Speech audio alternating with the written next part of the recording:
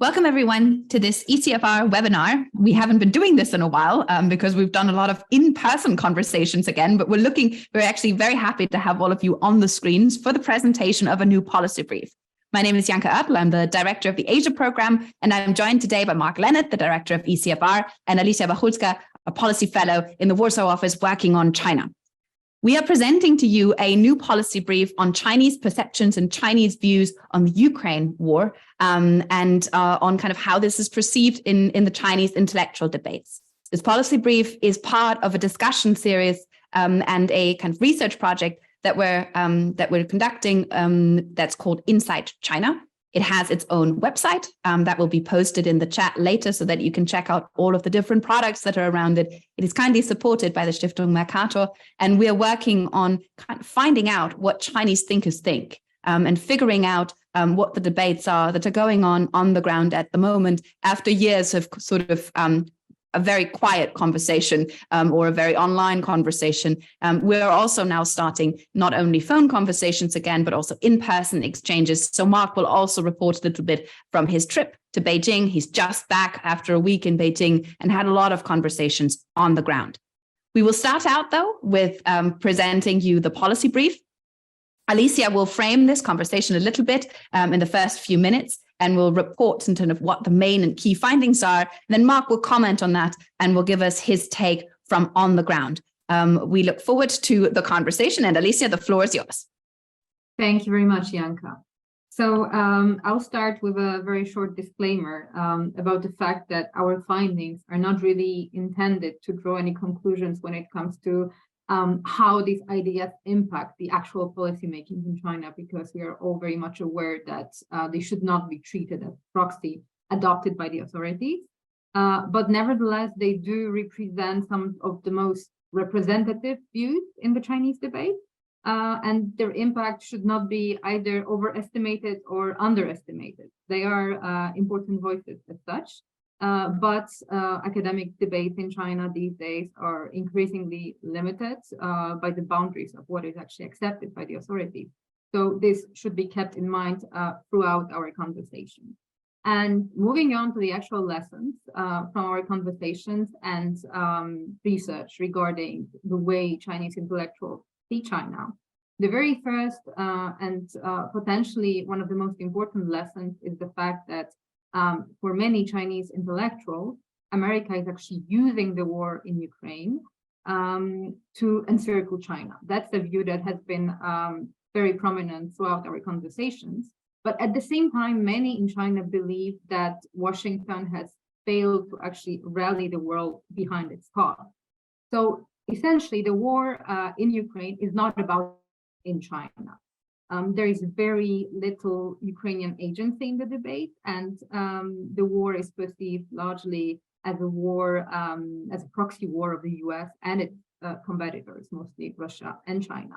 And again, this is a war seen through the lens of Sino-American competition and rivalry, with US seen as the most disruptive actor and also a major cause and source of international chaos in the international arena these days.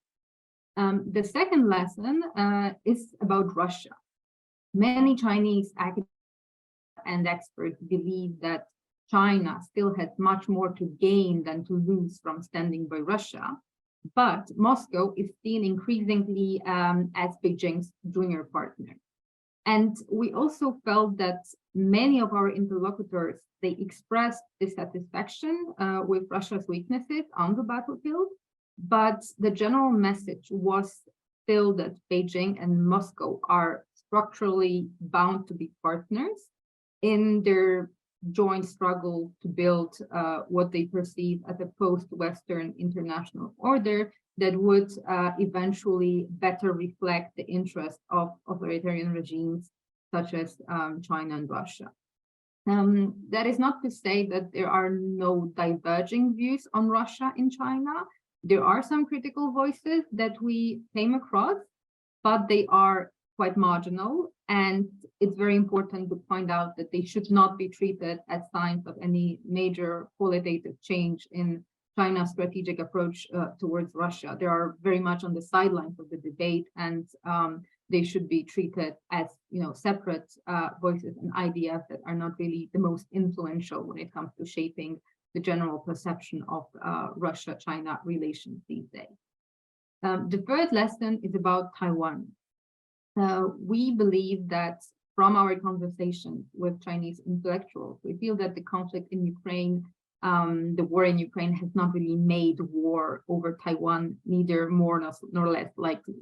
But at the same time, there is definitely a strong focus in China to observe Western responses and think about the potential implications of Western attitudes towards Ukraine in case there's an escalation in Taiwan.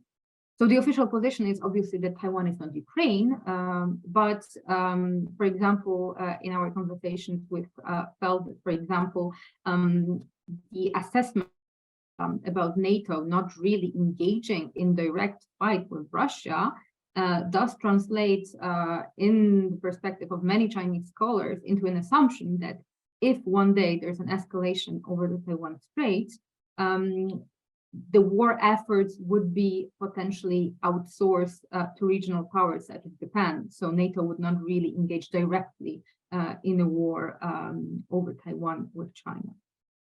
And last but not least, we also have our fourth lesson about economic interdependence.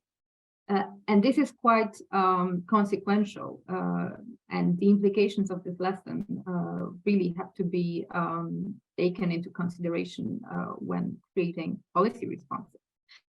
It's about the fact that economic interdependence will not protect China and that Beijing must prepare for sanctions.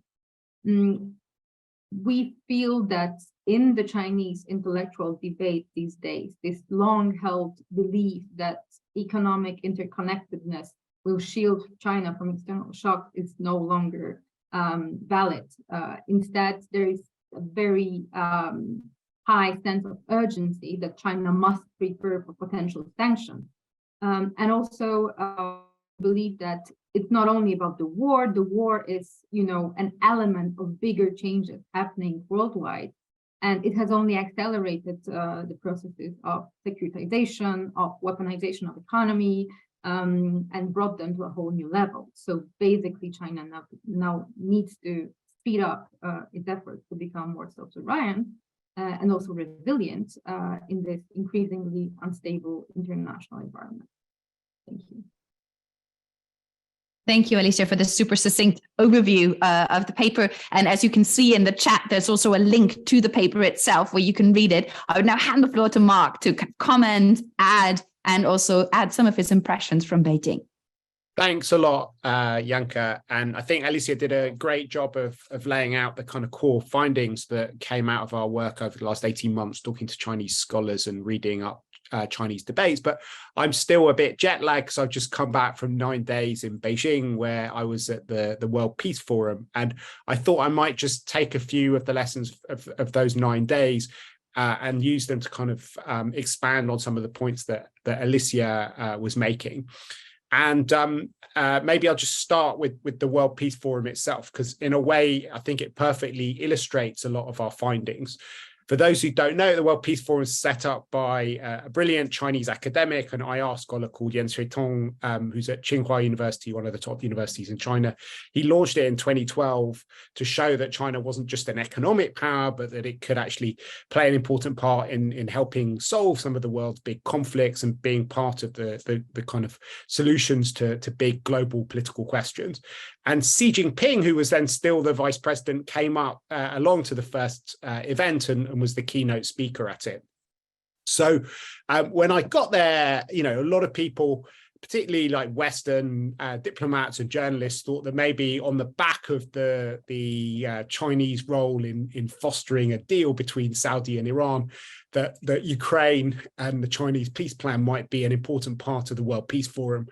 And they were a bit disappointed, firstly, that there wasn't actually a session on Ukraine. It was kind of in the margins of the event, which was dominated by talk about this great power competition, China, US, etc. And secondly, that there were no Ukrainians there. In fact, the only people talking about the Ukraine war who were participants were Russians. There were several Russian voices on there. So it wasn't quite in line with the frequently heard dictum that one should never talk about Ukraine without Ukrainians. But actually, I thought the event was quite consistent with the first lesson in this brief, which is that the Chinese think that the world order is in flux, as Alicja says, what Xi Jinping calls the changes unseen in a century, and that the post-Cold War order is receding. And as Alicja said, in the Chinese mind, the biggest question is about America, and the kind of consensus in China is that the biggest threat to China is the way that America is dealing with its relative decline. And they think that Washington realizes that it's only a matter of time before China becomes more powerful than America. So the American response is to try and reframe the competition between China and America. So it's not just a competition between Washington and Beijing, but it's one that pits China against America, Europe, India, Japan, Korea, Canada, all sorts of others. And the way they're doing that is by using the Ukraine war to try and split the world into democracies and autocracies. And they basically feel that the US has now officially launched Cold War II. It wants to split the world into these two blocks. And because China only has North Korea as its formal ally, it can't win a game of alliances, of a Chinese versus an American alliance. But they do think that America's strategy creates a real opportunity for China, and they're therefore launching an asymmetric challenge. And they know that most countries in the world have very bad memories of Cold War I. They were periods where they often ended up being damaged by great power competition. They lost their sovereignty. A lot of them had proxy wars within their territories. So therefore, and they definitely don't want to have to choose sides in Cold War II. So China is leaning into this desire for non-alignment or multi-alignment. They spotted how much the rest of the world resents the Western focus on this war in Ukraine, as well as the collateral damage through sanctions and food prices. And this conference really showed how they're kind of leaning into that. The keynote speaker was Dilma Rousseff, the former Brazilian president who now runs the new development bank, which is the BRICS development bank. And she devoted her speech to criticizing Western attempts at decoupling and de-risking. She called for de-dollarization as a way of protecting countries against sanctions and Western bullying. And speaker after speaker talked about how some countries are trying to maintain their lead over at the expense of other countries. So that kind of battle for the global South was very much part of the World Peace Forum. And the way that they're talking about it is through these new Chinese initiatives, the three initiatives, the Global Development Initiative, the Global Security Initiative, the Global Civilization Initiatives, which are all kind of ways of trying to show that China is not going to cause other countries to choose. It's not going to be an enemy of their sovereignty, but will be a kind of agent for their sort of sovereignty. The second thing, which I think was quite striking, I mentioned the Russians who were there at the World Peace Forum, and I think maybe just to expand a bit on what Alicja said about the Russians, these sort of ambivalent feelings about which the Chinese have about Russia are really kind of very striking in the event and while I was there. On the one hand, tactically, they are super critical of the way that this war has been waged. And one of the most striking conversations I had with a long-standing Russia expert who's really part of the system was extraordinary. He even talked about, Russia's hybrid war on China, talking about how Chinese leaders have been duped by Putin into looking like they were expressing more support than they wanted to for the war, how the Chinese media was being infiltrated by Russian media, social media, etc. As Alicja said, it's not the kind of mainstream view, but it was interesting the depth of contempt for Russia that came out from lots of different people. One thinker I spoke to even said after the Percussion thing that Putin only had a few months left in the Kremlin. I mean, they're really, really critical about what's going on. And yet that tactical contempt is coupled with what Alicja talked about, which is a sense that Chinese and Russian fates are bound together. If the US is the big challenge, challenger, it's important that they don't win, and that Putin's is not humiliated, is not driven from office. And the presence of Russian experts at the World Peace Forum kind of, I think, epitomized that sort of sense of it. So I think what was interesting was was this kind of from the World Peace Forum, was the way that it showed how the Ukraine war is not seen as a kind of big event. It's not a Zeitenwende, but it is basically part of this change. It's a proxy war in many people's minds, but it also is one that creates an opportunity for China, both to expand its ties to the global South, but also to nurture its image as a peace broker by showing that it's not as obsessed with the war and prolonging it as other countries are, and speeding up its efforts to become more economically self-reliant. And what's maybe most interesting is the way that they're trying to handle Europeans and other players in it. And one academic I spoke to said that actually in his mind, something positive can come from a kind of negative and difficult situation. He said, as long as China doesn't need to arm Russia, which he thought would only happen if it looked like Putin was going to collapse in the last minute, people will continue to hope that Beijing can play a constructive role. And that is something which gives them leverage and power over others. And I think that is a very interesting conversation that I had. I'll leave it there. Thank you, Mark. And I think that's a very important point at the end to say, you know, what is the leverage that is actually there, and what is the leverage that is also being given by the attitudes that the Europeans are presenting towards the Chinese, and kind of giving the image that there is this strong belief that China can play a constructive role. I also wanted to ask both of you, Mark, you pointed it out a bit more, the some countries. Where is Europe situated in some countries? Is that code for US and Europe? Is that deliberate ambiguity to be able to put the Europeans in or out whenever that is necessary or useful? What do you think about the some countries narrative?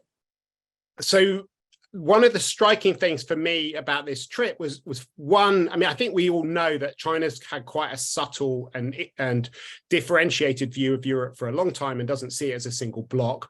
But I think the Chinese do really feel that Europe is at play. They note in all the conversations that it's not a bloc, that there are big differences between, you know, for example, Orban and Spain and on one hand, and you know, Lithuania and the Czech Republic on the other hand. But I think they, you know, quite struck by the role that France and Germany have been playing in sort of trying to create a bit more of a space for engagement. And by and large, you know, we're in the middle of a kind of concerted charm offensive towards Europeans from the authorities. I think, you know, they don't have the illusions that they once had. I remember going to China 20 years ago when Schröder and Chirac promised them that they'd lift the arms embargo and give them market economy status. And in the run up to the war in Iraq, a lot of Chinese thought you could really pull at least a large chunk of Europe away from America. And when that kind of failed, I think they were very disappointed and have been more realistic about how far you can put a wedge between Europe and America. But at the same time, I think there is a hope that there are differences to be exploited, and that it's not, and they note that decoupling is not the kind of number one priority coming out of the Bundeskanzleramt and the Elysee, and that might create some opportunities. At the same time, they're pretty critical about where Europe is. I saw some amazingly pessimistic analyses about the deindustrialization of Europe, the end of strategic autonomy and things like that as a result of the Ukraine war. If you go into the sort of think tanks and look at what they've been writing on Europe, it's quite, so I think that Europeans are there to play for, but they're not seen as a sort of major actor that's on the rise in Beijing. Thank you, Mark. And maybe Alicja, maybe you can come to this from, because you're sitting in Warsaw, and, you know, Europe not a bloc is, I think, one of the really important things that we need to point out and stress also as ECFR all the time. What does this look like when you can reflect on the debates that you've been having, on the conversation with intellectuals, and all the reading you've been doing on kind of Chinese views on the war in Ukraine? How does that resonate in Poland? How does this resonate in Central and Eastern European debates? How does it resonate maybe also differently from how it resonates in Berlin or in Paris? Sure, that's a great question, Janka. Thank you very much. I think that, you know, it's very important to point out that although in China, Europe is not necessarily perceived as a, you know, one bloc, with, for example, the infamous 16+1 platform for cooperation being a vehicle for China approaching this region or something that they perceive as a region, which in the end is actually a group of countries with very, very different perceptions. And the same applies to the EU as a whole. So I'm afraid to say that China's position towards the war in Ukraine has been contributing to very serious deterioration of China's perception in the region, and I believe for quite very good reason. Because in the end, given the gravity of the situation and the fact that by tacitly approving the war in Ukraine, China is actually positioning itself as an actor that has ambitions to actively shape the security architecture in Europe, here in Central and Eastern Europe most prominently. And this is something that I think it's still not very well understood in China. And in our conversations and in my readings of different articles, documents, and sources, I feel that there is very little recognition on the Chinese side that the agency of smaller European states in Central and Eastern Europe is an actual genuine reflection of their security interests and not a reflection of these countries being US proxies or tools in this great power competition. And this view reflects more the way China perceives the current changes in the world, but not necessarily the perspective of regional actors in Central and Eastern Europe. So in this context, everything that I talked about doesn't fit very well in different CEE capitals. And it doesn't really bring a lot of hope for these capitals to have genuine engagement with China on similar terms. If basically China doesn't change fundamentally its approach towards Ukraine and Russia, there's very little hope for going back to any kind of meaningful engagement. That's and how since it's seen in the region. And since we're now looking at like more than a year of the war already, one could probably make the cynical argument of saying the fact that China has not changed, the Chinese government has not changed its position massively, has not changed its narrative massively, could either mean that it is not well understood how it resonates. And I think some of the debates with intellectuals have brought that to the fore as well, have kind of resonated in really a lack of understanding why it matters so much and how this works in the European debate and why it would feature so highly. The more cynical interpretation would be that it does not matter. That there is a strong perception among Chinese intellectuals that the Eastern European debates may be whatever they may be, or the Central European debates may be what they would be, but as long as Beijing can kind of talk to Berlin and Paris, that's actually what really matters. Would you agree with that? That's more where does it sit? Does it sit on the don't understand or don't matter more on the spectrum? I guess it's a combination of both. There is definitely this very strong kind of social Darwinist undercurrent in the Chinese strategic thinking, where the only countries that matter are the bigger countries. And in the European context, for even decades, China has been trying to build its relations with Europe or EU as a whole through bilateral relationship with Germany, France, and Italy to a certain degree. So definitely there is a balance that is very difficult to assess. So, there's a whole debate about whether we can actually believe that many of these ideas are internalized to an extent that they're treated as given facts. So this idea about power politics being the only legitimate tools in creating and guiding foreign policy, this is very strongly present in the Chinese debate. And I don't want to paint a picture where there is only one certain view. But if you look at the interplay of the kind of voices that are more visible in the Chinese debate and the position of the Chinese government in recent years, definitely there is this strong push towards perceiving, although historically China is against zero-sum games in politics, it actually very much in line with this kind of thinking. I think actually it's maybe also because the Chinese positioning is working at the moment. I mean, they're trying to reconcile lots of different interests. They want to have this relationship with the global South and to take advantage of the weakness of the West in those sorts of spaces. At the same time, they do want to maintain their economic relations with Europe, which is why they haven't gone further, and they've respected red lines around, you know, supplying weapons and military equipment, with a few little exceptions at the margins. So I think it's quite a carefully balanced approach, which is working. And one of the most interesting conversations I had was with a Chinese academic who's about to go to Ukraine. And he was saying how the Ukrainians are welcoming him with open arms, and how actually positive Ukraine is about China, and how Ukraine sees the current stance of China as a win, actually. And I was sort of joking with him. It's amazing to see how critical they are of Germany, which is showering Ukraine with weapons and money and lots of support. And how horrible they are to Germany for all of this support, and how kind they are to the Chinese for giving precisely nothing to Ukraine, for having this position of tacit support for the Russians. But even in Ukraine, actually, I think there is kind of hope. In fact, in some ways, the Ukrainian government seems to have higher hopes of China than many EU capitals do in terms of what role they might play. I mean, obviously, they don't want to alienate unnecessarily a P5 member state either, but it is interesting that this balance seems to be working reasonably well from a Chinese perspective. Yeah, and I would agree. I think this is a very interesting question. How does Ukraine feature in all of this?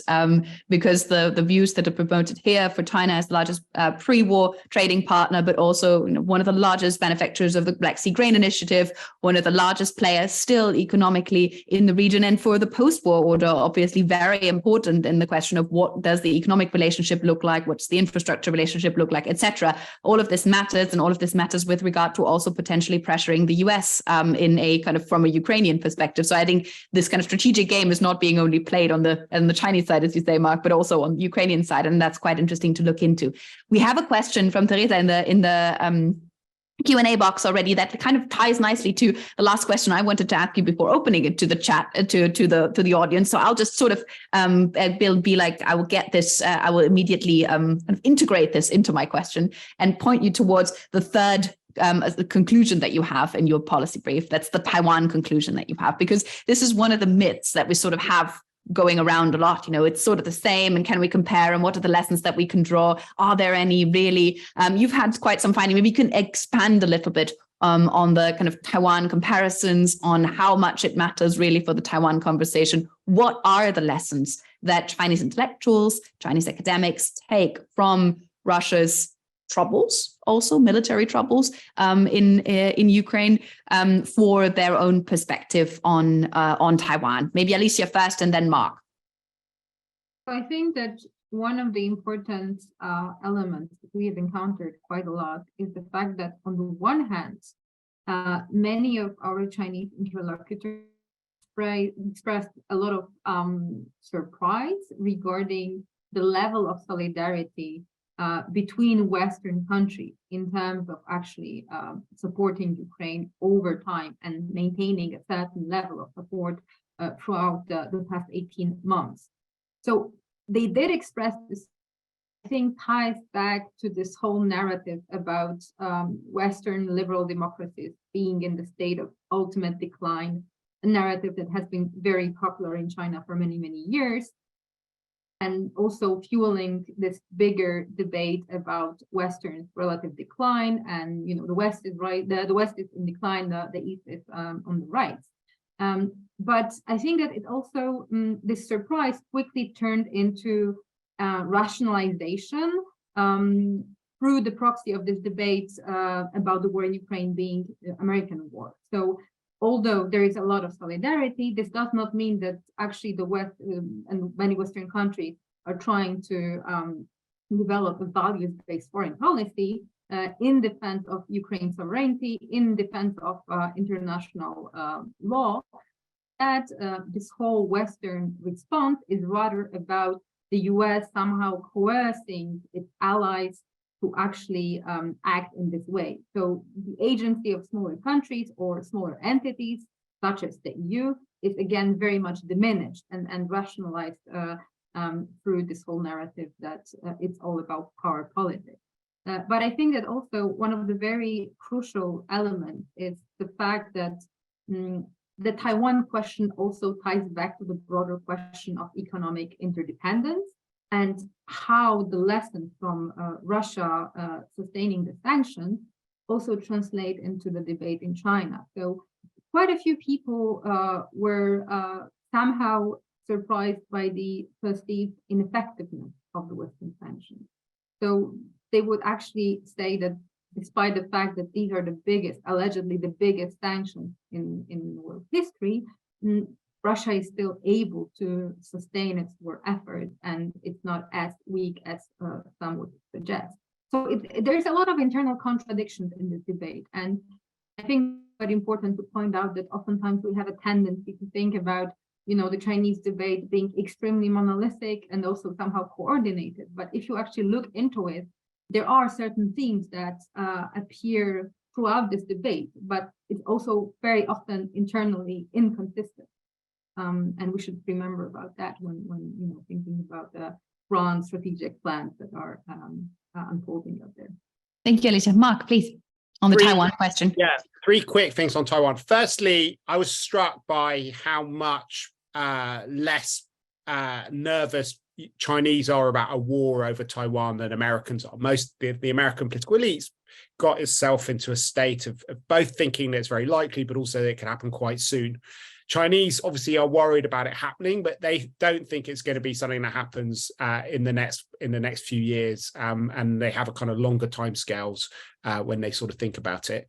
Secondly, one of the conversations I was very struck by when we were doing the research was about some of the ways that they're reading Western actions. And a lot of Chinese were saying that if you look at what the US has said about the war in Ukraine, a lot of the reasons for not wanting to get involved directly would also apply to Taiwan, not least not wanting to get into a fight with a nuclear armed power. I mean, if that applies to Russia, why would it not apply to China, which leads them to think that the US is going to pursue a porcupine strategy with Taiwan as well. In other words, turning Taiwan into a difficult to swallow entity by arming it, and also working with kind of local powers like Japan.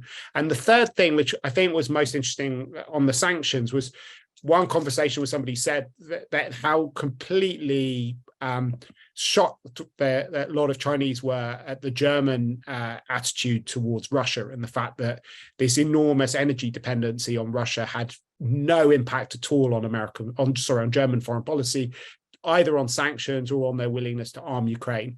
And that the lesson from that is that, as Alicia said earlier, that economic interdependence would not be any sort of help to China if there is a war, and that they need to prepare for sanctions. That's why a lot of think tanks have been working very hard on different things which China can do to improve its resilience. And I think there's a whole cottage industry which has emerged around economic security in China.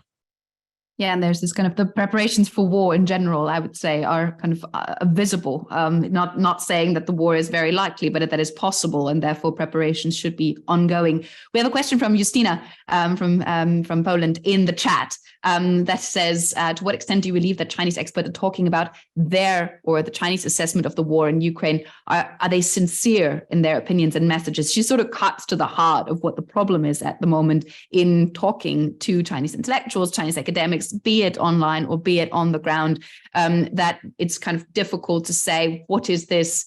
Is this? I like your framing, Justina, as maskirovka, as something that is masking the actual debate that is there. How much of this is genuine views? How much of this is sort of also to play to the official narrative? What was your take, Mark, from the personal conversations, and Alicia from the kind of online conversations as well? So I have to say, on this trip, I was very struck by how bleak the mood is amongst a lot of the people I was talking to, and they were speaking in extraordinarily critical terms of all sorts of different aspects of Chinese policy, of the Communist Party, of all sorts of different things, and in ways that if they had written them down, they could end up in real trouble. So, and these are much more sensitive topics than Ukraine. So I think in the conversations that I had, I really think people were telling me what they were saying, because they were being much more open about some of the failures of the party in much more sensitive areas, which are where the stakes are a lot higher. I also do think that there's a danger of just dismissing even the official things as just talking points. I mean, I think there is a kind of coherent worldview that is emerging from China, and I think that often we would do well to take seriously what other governments say. One of the reasons we didn't predict Putin's different wars in Georgia in 2008, in Ukraine in 2013, and the full-scale invasion is because we often discount things that we don't like to hear from other governments as talking points. Whereas actually, I think often we sort of need to take them seriously. There is obviously there is a kind of battle for hearts and minds globally, and there are attempts at putting spins on different things that are going on. But I do think that we would do well to actually be a bit more curious, even about what the official statements are, and to try and understand them a bit better, and also to understand why they might have resonance in other parts of the world, even if they don't have resonance over here. So I'm not. I understand what you're saying, but I think it's worth actually taking people seriously when they say things and trying to understand what it is that they're saying. And even in a much more closed sort of, one of the reasons we're doing so many interviews is because it's definitely true that the space for writing things down is much less smaller than it was 10, 15 years ago. That the public sphere has significantly narrowed in China at the moment. But Ukraine is an area where I think even in writing, there's a real debate going on. It's not a super sensitive topic in Chinese circles in the way that some other areas are. Thanks, Mark. Alicja, would you like to add something, and then we'll take Chris Buckley's question? Yeah, that's a $1 million question. And as Mark said, we very much understand the limitation of the way these people can interact with us. But I think that even if we assume the very bleak scenario in which everything we hear from them is actually somehow framed for their own self-censorship in the system they operate these days, I think it is still very important to take these voices into consideration, precisely because they're symptomatic of the system in which they operate. And especially if you talk to people from, prestigious institutions and the message they're trying to put forward and to promote, they can tell us quite a lot about the direction the Chinese government might go. It's, as I said in the very beginning, we're not intending to draw any, causal links between what these people say and what the government does. But I think that if you look at the Chinese socio-political kind of environment and how it conditions the way these intellectuals, the way they say these things, and the fact that they sometimes, underline in different words or through different lens, very similar diagnosis, is in itself quite telling, and it should not be underestimated as mere propaganda, although obviously it does have this kind of a dimension, and it's obviously a lot about political messaging in a difficult environment that is, as Mark said, extremely, extremely different than what it looked like 10 or 15 years ago.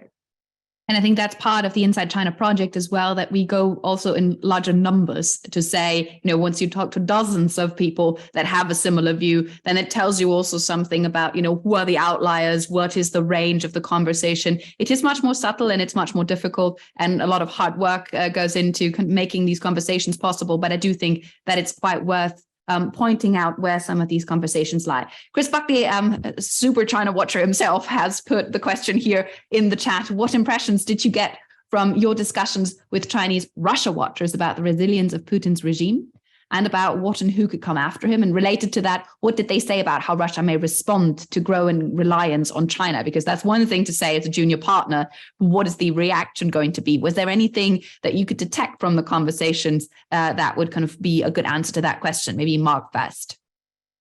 So in terms of the, I think basically, I got a kind of range of different views on Russian resilience, but I think most people thought that even if things go badly, it's, that they still don't think it's more likely that Putin will, and that the war will kind of be, sustainable, at least for a while, and that they think that Putin will want to at least carry on and to find out what happens in the US elections before kind of adjusting course.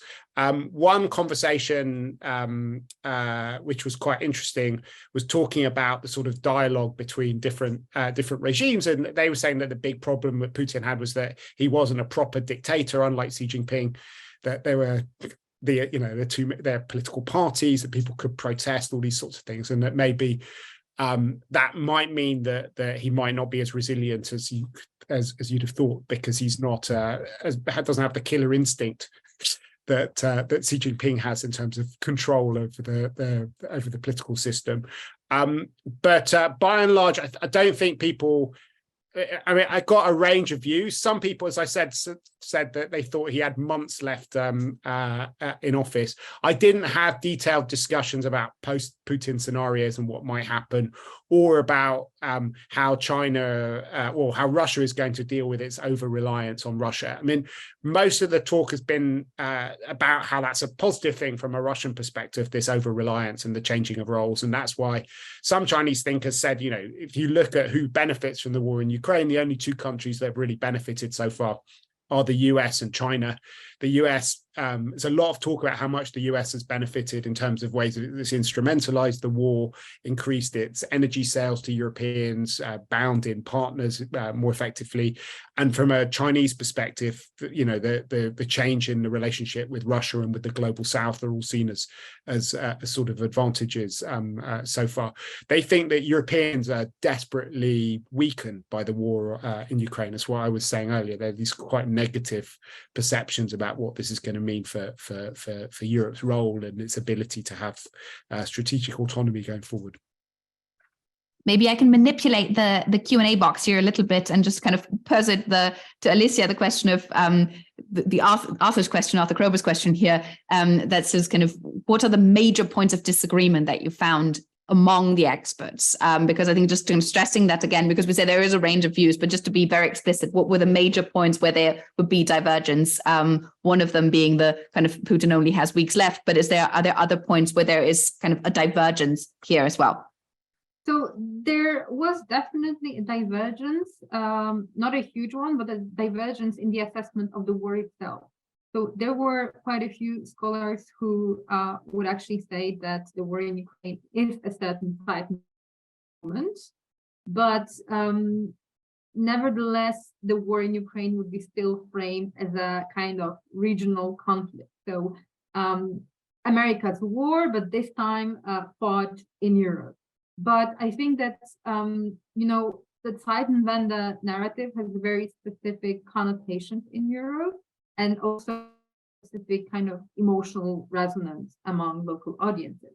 But in China, the Zeitenwende might be understood very differently. So it's, even if we use this term, and they don't really use it, some of the thinkers who believe that it is actually a very important, crucial moment would point towards the fact that this is a breakthrough in terms of moving towards a more multipolar world, and not, a moment where the West awakes and, tries to rebuild and reinforce its own resilience, but rather for China and other countries that are in this non-aligned bloc, to build a world that is more, has multiple sectors of power and is not dominated by the US.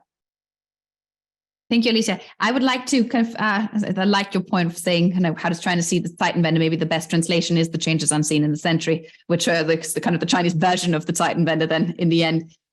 Maybe we'll stay, I'll group this a little bit and stick with the question on kind of direct Russia-China questions immediately, and then go to Agnes and Ulf's questions for like the broader impact a little bit. So on the question that Christiane Kühl has put here into the chat, did the scholars you spoke to even mention the Percussion Incident? Was it part of the debate at all, or is that something that wasn't really kind of discussed at all? So as I said, I mentioned a couple of the conversations I had. So one said he thought this showed that Putin wasn't a proper dictator, the fact that he had these different centers of power, and that was a kind of sign of weakness. And another one said that he'd be gone in 3 months. But most of the people thought that for all the messiness, for all the mistakes that are being made, the bad way that the war's being waged, they kind of think that Russia can kind of carry on waging it for a while and it's unlikely to collapse. Thank you.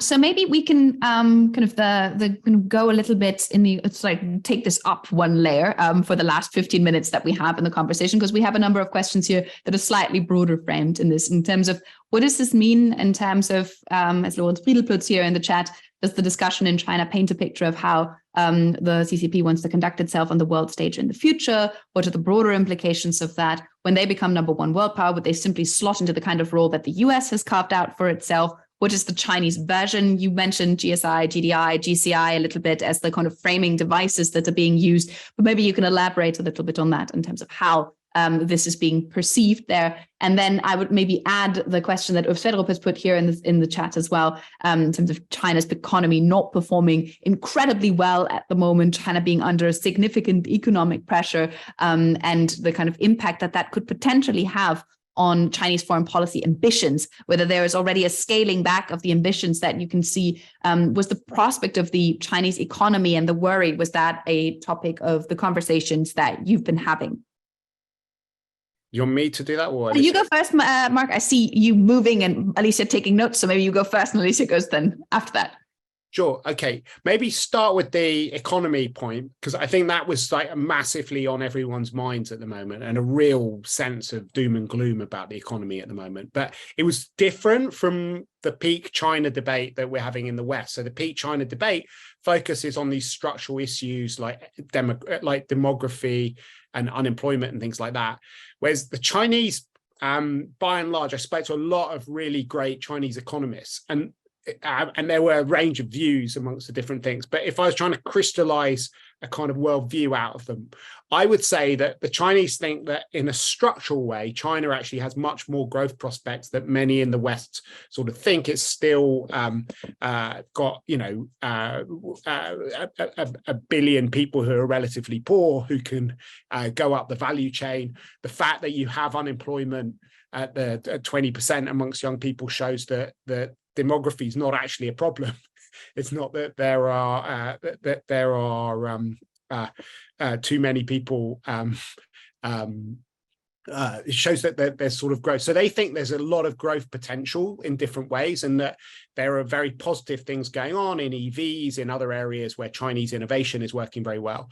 But they think that their party's done a catastrophic job of managing the economy, and that the policy choices that have been made are very, very self-destructive.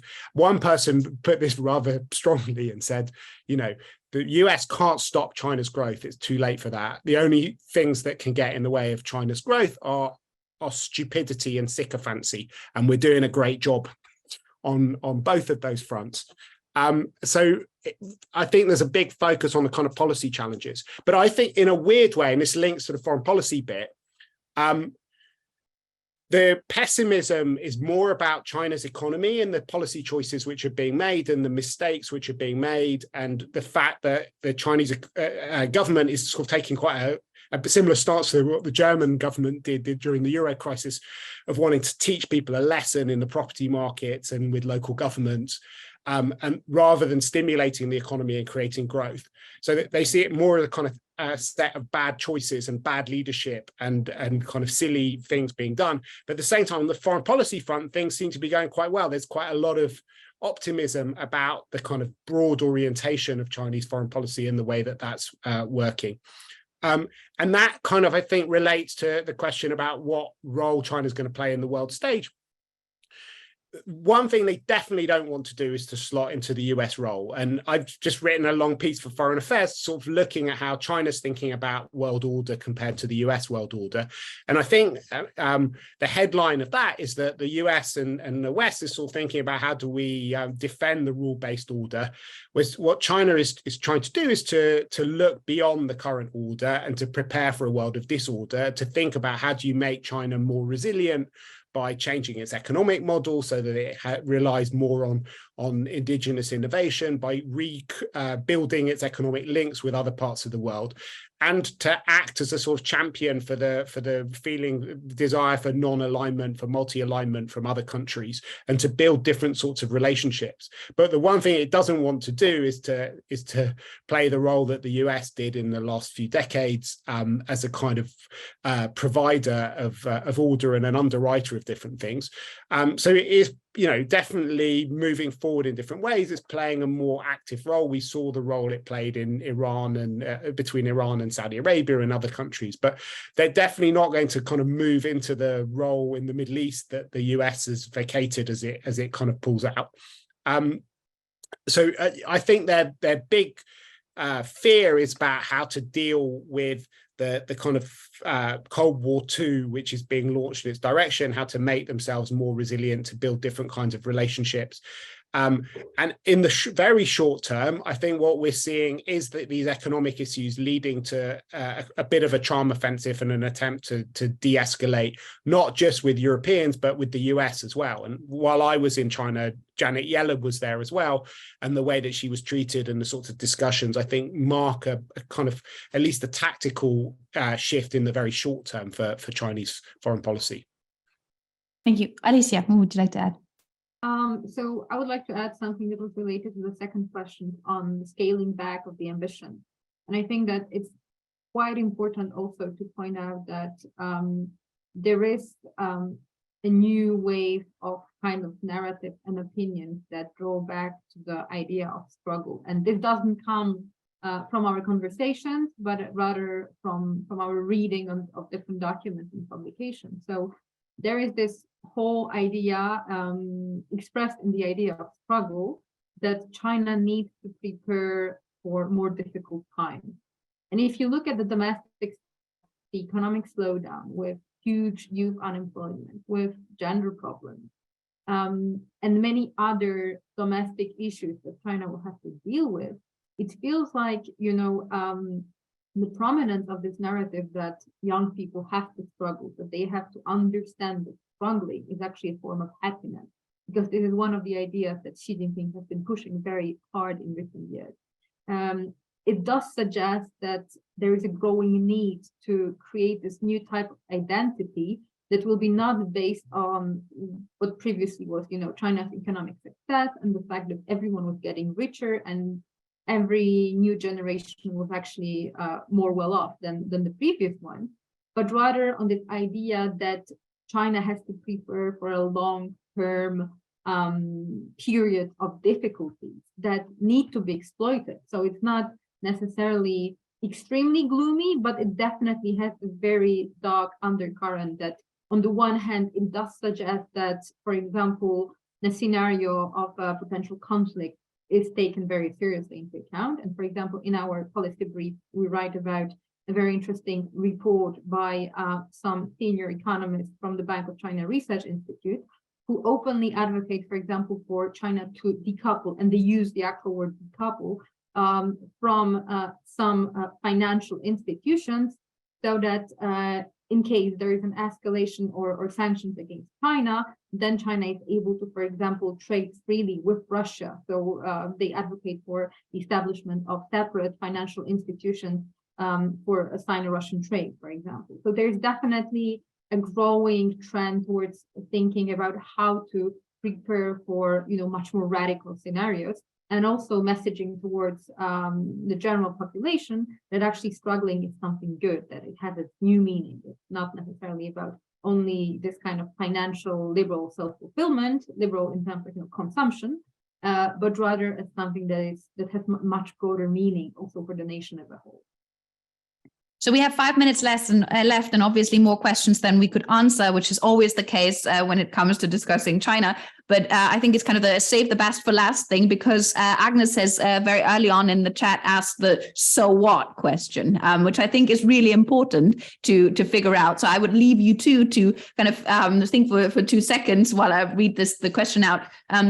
Do you have policy recommendations for German and European policymakers in their approach towards the Indo-Pacific region in general? So what does this mean for Europe and how we should treat China and the Indo-Pacific region more broadly, when you take all of your findings together, all of your conversations together, one of the elements, Mark, you have mentioned that is kind of just listening, taking things seriously, kind of understanding the debates that are ongoing. But if you take that one step further and say, so what would you advise the German foreign minister, the French foreign minister, Polish foreign minister to do tomorrow when kind of looking at your findings? And maybe with this time, we'll go in reverse order. We'll start with Alicja and we'll then go to Mark.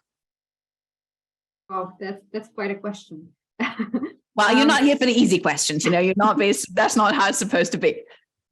I believe that, in general, the key takeaway is the fact that all these debates and all these quite far-reaching conclusions, they have to be taken into account in what should be a strategic reorientation of the European policy towards China and towards the Indo-Pacific as well. So I think that everything we've talked about does suggest that business as usual, so Chinese strategic thinking and intellectual debates are in a very different place that they used to were 5 or 10 years ago. And we have to acknowledge that this is the reality on the ground. So, and this has very practical implications for the European policymaking. But I think that there is still very little understanding at the level of different EU member states about how far-reaching these implications can be.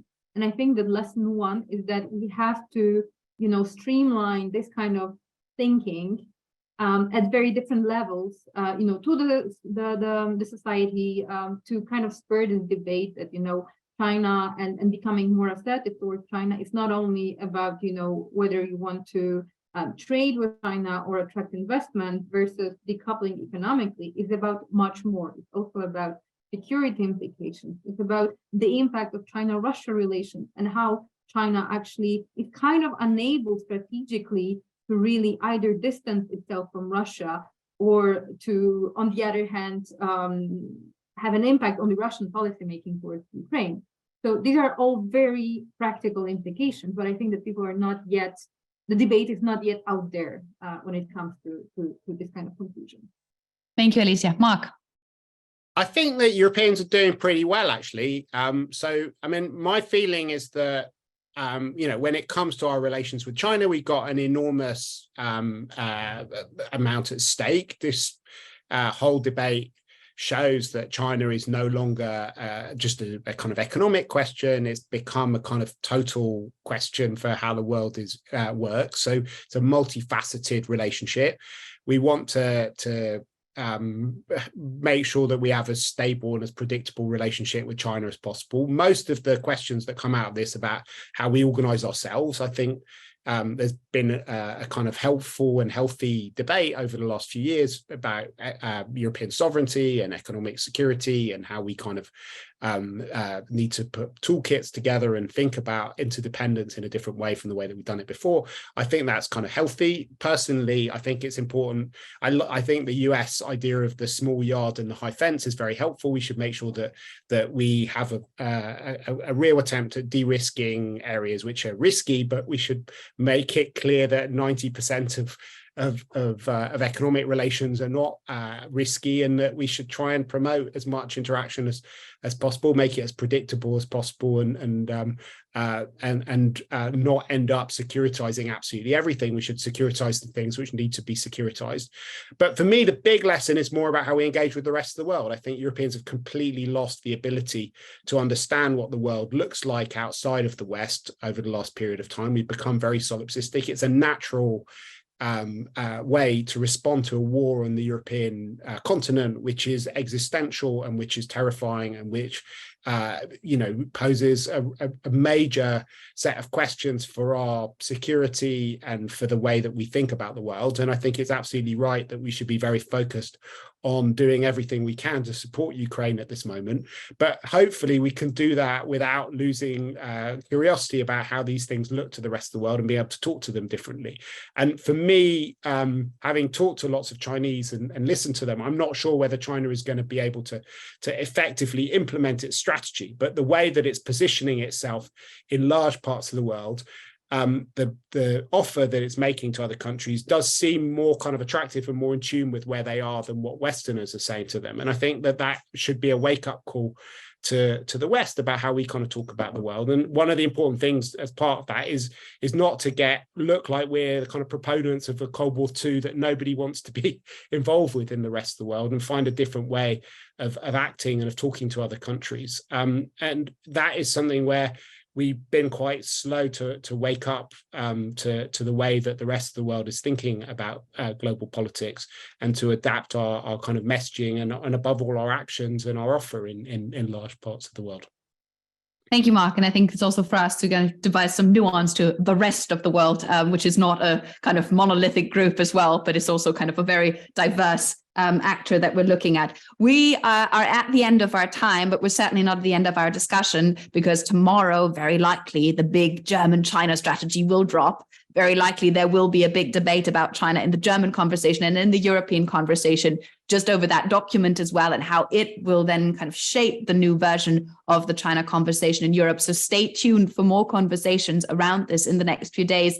And in the next few months, we will continue our work in the Inside China Research Project. I would refer you all to the website that will lead you to podcasts and to outputs, written outputs on the project, and further conversations that we will take on with Chinese intellectuals to find out what Chinese thinkers think. We hope that this was really helpful for you in framing the debate, in kind of having a good conversation about also what the range of the debate is on the Chinese side. And if you are interested in kind of having more information, then let us know, reach out to us, and we will be looking forward to staying in touch. Thank you all. Have a lovely afternoon. And this is goodbye from ECFR, from Mark, Leonard, Alicja, Bachulska, and myself. Bye.